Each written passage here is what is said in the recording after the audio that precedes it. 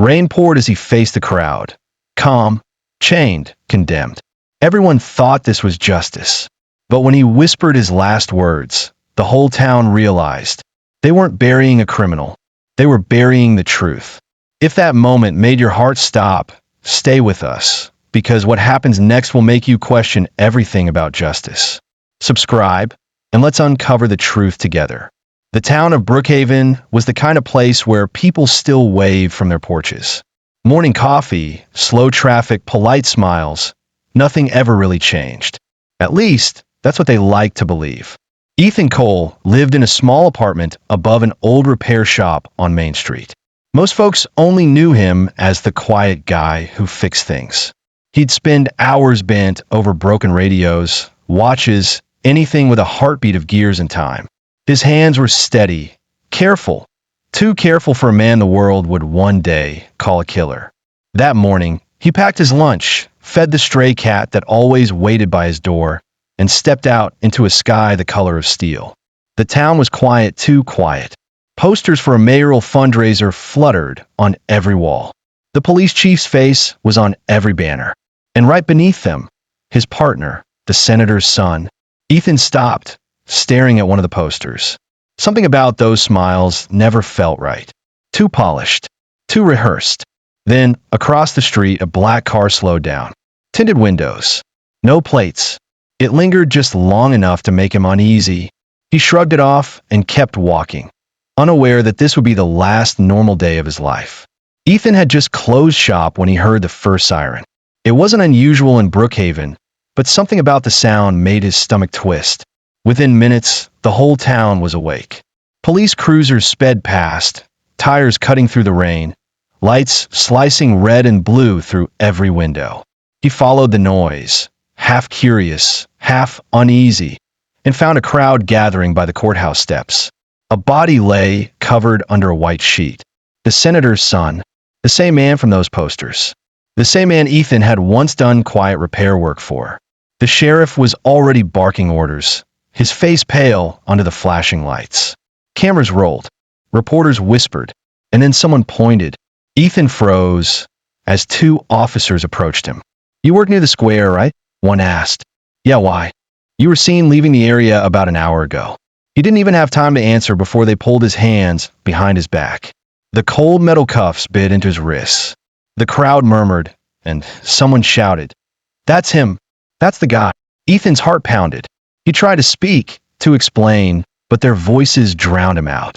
Evidence was already being bagged, his fingerprints on a casing found nearby, his jacket matching a witness description. It all fit too perfectly, too fast. As they dragged him to the car, his eyes caught that same black sedan from earlier, parked at the edge of the crowd. The tinted window rolled down just slightly. A silhouette watched him, then disappeared into the night. And for the first time, Ethan felt it deep inside. This wasn't a mistake. It was a setup. By morning, Ethan's face was on every screen. Local mechanic arrested for murdering senator's son. News vans crowded the station parking lot. Reporters called him cold-blooded. The story spread faster than he could even process. Inside the interrogation room, he sat alone, bruised wrists resting on the table. Across from him, Detective Howard flipped through files like he already knew the ending. "Your prints, your jacket, your motive," Howard said. "You think this town's stupid, Cole?" "I didn't kill anyone," Ethan replied, voice shaking but firm. "Someone planted that." Howard smirked. "Yeah? Maybe ghosts did it." Ethan leaned forward. "You're protecting someone." The detective froze, just for a second, but that second was enough. Ethan saw it in his eyes. Guilt. Not for the murder, but for knowing something he wasn't allowed to say. The sheriff entered, ending the standoff. "He'll talk," he said flatly. "They always do." That night, the holding cell felt smaller than air itself. The rain had stopped, leaving the town wrapped in silence. From the window, he could see City Hall glowing in the distance, every light on, even at midnight. Meanwhile, in the mayor's office, a closed-door meeting was underway. The police chief, the senator, the mayor himself. A name kept echoing across the table. Ethan Cole. A name they all needed to stay guilty. The next morning, a press conference was held. Cameras flashed, as the senator's voice trembled with grief. "Justice will be served," he said. The sheriff nodded beside him. And in that moment, Ethan realized justice was already dead. The town wanted blood.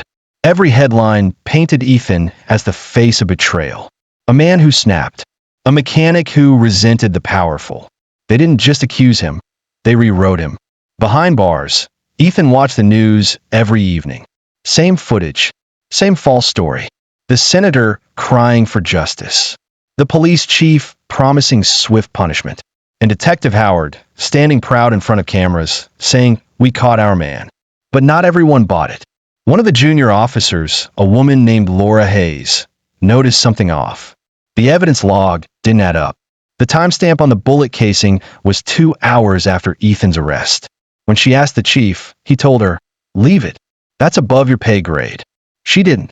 Ethan, meanwhile, began to piece together his own puzzle. He remembered the senator's son visiting his shop weeks before the murder, whispering on a call, pacing outside. He'd left a flash drive on the counter by accident. Ethan never opened it, but now he wished he had. Late one night, while guards argued in the hallway, a folded piece of paper slid under his cell door. No name, just a line written in shaky ink. "They framed you. Don't speak. Watch who comes to visit." He didn't know who sent it, but 2 days later, Detective Howard came alone. No cameras, no paperwork, just silence. He leaned against the bars and whispered, "You don't understand who you're up against, Cole. This isn't just about murder." Ethan stared back. "Then what is it?" Howard sighed, eyes dark with fear. "It's about control." The words hung heavy in the air. And for the first time, Ethan realized this wasn't just his fight. It was everyone's. The rain returned the next morning, but this time it wasn't the only thing hitting hard. A journalist named Claire Donovan arrived in town. She'd covered small-time corruption before, but something about Ethan's case didn't smell right. She watched the press footage frame by frame, slowing it down like a detective. The crime scene markers had shifted between shots. The bullet casing bag number was reused from a different case entirely. It wasn't sloppy, it was arranged. At the courthouse, she tried to question the sheriff, but he brushed her off. "The case is closed," he said. "Brookhaven doesn't need another outsider stirring trouble." That only made her dig deeper. She tracked down Ethan's old neighbors, co-workers, even the mailman. Every single one said the same thing. Ethan was quiet, kind, and honest. The kind of man who'd rather fix your radio for free than ask for thanks. Meanwhile, in the jail, Ethan was starting to lose hope. His lawyer had stopped showing up. His appeals were rejected. Each night, he stared at the ceiling, whispering to himself, "The truth always finds a way out." And maybe it did. Because one evening, Claire found something strange while scanning old police archives. A photo from a charity gala 2 months before the murder. In the background, the senator's son was shaking hands with the police chief and Detective Howard. But there was someone else too, half-hidden, blurred, sitting at their table. The mayor. She enlarged the image, heart racing. That was the night they sealed Ethan's fate. She printed the photo and pinned it to her motel wall. Underneath it, she wrote 3 words in red marker. "Who benefits most?" As the storm howled outside, she didn't realize someone was parked across the street, engine running, watching her window. Claire's motel room felt smaller by the minute. She'd been staring at that photo for hours, piecing together the puzzle with trembling fingers. There was no doubt now. The senator's son was involved in something far bigger than politics. Money was moving through shell companies linked to the police chief's office. Ethan's arrest wasn't a mistake. It was a cover. She reached out to Officer Laura Hayes, the one who had quietly questioned the evidence. They met in the corner booth of a diner on the edge of town. The rain hammered the windows, muting their voices. Laura slid a small envelope across the table. Inside was a photocopy of the evidence log, the same log the chief had told her to ignore. "They changed the timestamps," she whispered, "and they used the same bullet number from a cold case last year." Claire exhaled slowly. "You realize this could destroy them all?" Laura nodded. "Or destroy us first." Meanwhile, Ethan sat in the prison chapel, head bowed. A guard passed him a note without speaking. Same handwriting as before. "They're watching her. Don't let her stop." He read it twice, his pulse rising.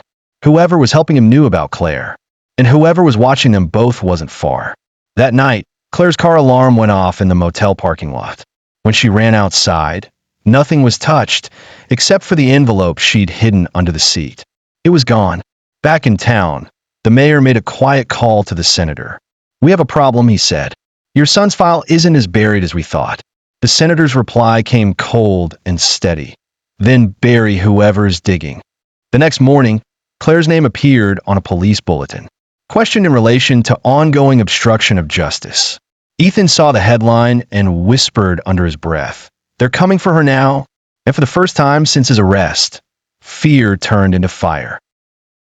The prison visiting room was silent except for the hum of fluorescent lights. Ethan sat on one side of the glass, hands cuffed. On the other, Claire appeared, pale, shaking but determined. She had a bruise on her wrist and eyes that hadn't seen sleep in days. "They try to scare me off," she said softly. "They'll do worse," Ethan replied. She slid a folded document to the slot beneath the glass. "You were right. Your prints were planted. The real file shows the bullet came from a gun registered to the chief's nephew, an officer." Ethan's throat tightened. "You have proof?" She nodded. "Enough to burn this town down." Before they could say another word, the door burst open. Detective Howard stormed in, his badge glinting under the harsh lights. "This visit's over." But Claire didn't flinch. "You're in on it, aren't you?" she said, staring straight through him. "You knew who killed the senator's son." Howard's jaw tensed. "You don't understand what's at stake." "Then explain it," Ethan shot back. Howard leaned closer, lowering his voice. The senator's son wasn't innocent. He found out the campaign money was dirty, drug money funneled through the police fund. He threatened to expose them. So they made him disappear, and you were the easy face to sell it. Silence. Cold. Electric. Claire whispered, "So all this for power?" Howard's eyes softened with regret. "Power doesn't die easy." He slipped a small USB drive from his pocket, pressing it against the glass. "It's all here. Bank transfers. Memos. Everything. I can't protect you, but I can give you this." Before Ethan could respond, two guards entered, shouting. Howard turned quickly, sliding the drive beneath the visitation desk. "Find it before they do," he said under his breath, and walked away. Moments later, the alarms blared. Claire was escorted out. Ethan sat there, heart pounding, staring at the drive hidden under the cold steel table. The truth had finally found him. Now he had to survive long enough to let it speak. The news broke before dawn. A local source leaked the files online. Bank records, secret transfers, falsified reports. Within hours, Brookhaven wasn't just a small town anymore. It was the center of a national scandal. Reporters swarmed City Hall. The mayor's face went pale on live TV as questions flew faster than he could breathe. The senator canceled every public appearance. And the police chief, the man who swore he served justice, resigned before the morning was over. Inside the prison, Ethan watched it all unfold on the flickering TV bolted to the wall. Every lie that had buried him was finally being dug up. But instead of joy, he felt something heavier, a quiet ache. The truth had come out, yes, but it had destroyed everything around it. Claire became a target. Her phone was tapped, her motel room ransacked. Officer Hayes was suspended for unauthorized access to evidence. And Detective Howard, the man who risked everything, was found dead in his car, ruled as suicide. Ethan stared at the screen as the report aired. Another tragedy, the anchor said. But Ethan knew better. Power didn't die quietly. It took people with it. That night, Claire visited him again. Her voice trembled as she said, "They can't hide anymore. You'll be free soon." Ethan looked at her through the glass, eyes filled with both gratitude and grief. "Free," he said quietly. "Doesn't feel like it used to." She pressed her hand to the glass. "You gave them truth." He shook his head slowly. "No, the truth gave me back my soul." Outside, the cameras kept flashing, the world kept watching. The mighty had fallen, but the cost was written in lives. And in that silence, one truth rang louder than all the noise. When justice wakes up, corruption bleeds. Weeks passed. The town that once screamed Ethan's name in hate now whispered it in guilt. Brookhaven felt smaller, quieter, almost ashamed of itself. The banners were gone, the offices half empty. People still avoided eye contact when they passed the old repair shop. Ethan was finally released. No cameras, no parade, just a single bus ticket and a box of his belongings. When he stepped out, the sunlight felt strange, too bright, too honest. The world had moved on without him, but he carried a truth that never would. Claire met him at the station. She looked different now, tired, but free in her own way. They didn't say much at first. Sometimes silence speaks better than words. She handed him a newspaper. The headline read, Brookhaven officials convicted in widespread corruption scandal. Beneath it, a photo of the courthouse, the same steps where they once dragged him in chains. People are talking, she said, about how one innocent man's silence exposed an entire system. Ethan smiled faintly. It wasn't my silence. It was their noise that finally caught up to them. They walked through town together. Some nodded. Some turned away. But one old man stepped out from his shop and said softly, We were wrong, son. Ethan paused. The words stung, but also healed. We all were, he replied. Later that evening, he stood outside the prison chapel, now abandoned, watching the sunset bleed orange across the sky. His reflection in the window looked older, but lighter. Truth hadn't set him free overnight. It had burned through every lie until there was nothing left to hide behind. And in that quiet, he realized, justice isn't loud. It whispers in the wreckage, waiting for someone brave enough to listen. The years after the scandal moved like weather, sometimes bright, sometimes bruise-colored, but always changing. Ethan rebuilt a life with slow, careful hands. He reopened the little repair shop on Main Street, the bell over the door sounding like forgiveness every time it rang. People came in with small things broken, a watch that wouldn't tick, a radio with a voice lost in static. He fixed them the way he had always fixed things, patiently, honestly, because repair was the only language left that made sense. Sometimes, when the late afternoon light hit the workbench just right, he would catch himself remembering the cell, the rain, the chains. He would whisper those 6 words the town had heard at the end. They buried the truth. Now he said them like a benediction. The memory no longer crushed him. It taught him. He had been framed by power, but he was not defined by their story. He was defined by how quietly he set the world right again. Families who had once cheered at his conviction walked past the shop with eyes that had learned the weight of apology.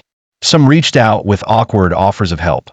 Others kept their distance, repairing their own conscience in private. Claire's bylines still trailed in national papers, but she visited often, more like family than journalist, watching as the town learned a harsh lesson about trust and the cost of silence. Officer Hayes found a new purpose in community oversight, and the name Detective Howard lived in conversations that never stopped asking who pays the price when power hides. Ethan stood one evening on the courthouse steps, the same steps where they had dragged him through headlines and fury, and watched a child chase leaves across the square. The banners were gone, replaced by a simple plaque, a reminder that institutions are only as honest as the people who guard them. He pressed his palm to the cool stone, feeling the town beneath his hand, both broken and resilient. He thought of the warden's sterile room, the quiet smile he gave before leaving, and how a single small voice had shifted the whole town's spine. He learned that truth may destroy your past, but it saves your soul. The lesson cost him years, a name that took time to sweeten, and friends he would never again call the same. Yet in the glow of the sunset, with his hands stained by grease and light, he understood something simple and ancient. Being right is less important than being honest. He had been framed, but he had also been freed, not by thunderous vindication, but by the slow, steady work of truth. The town would never be the same, and neither would he. That was the price, and also the gift. If this story moved you, take a moment to sit with it. Truth doesn't punish, it purifies. Sometimes the hardest confession saves more than one life. Subscribe to stay with stories that don't just entertain, but remind us what it means to be human. Because here, we tell stories about consequence, courage, and change.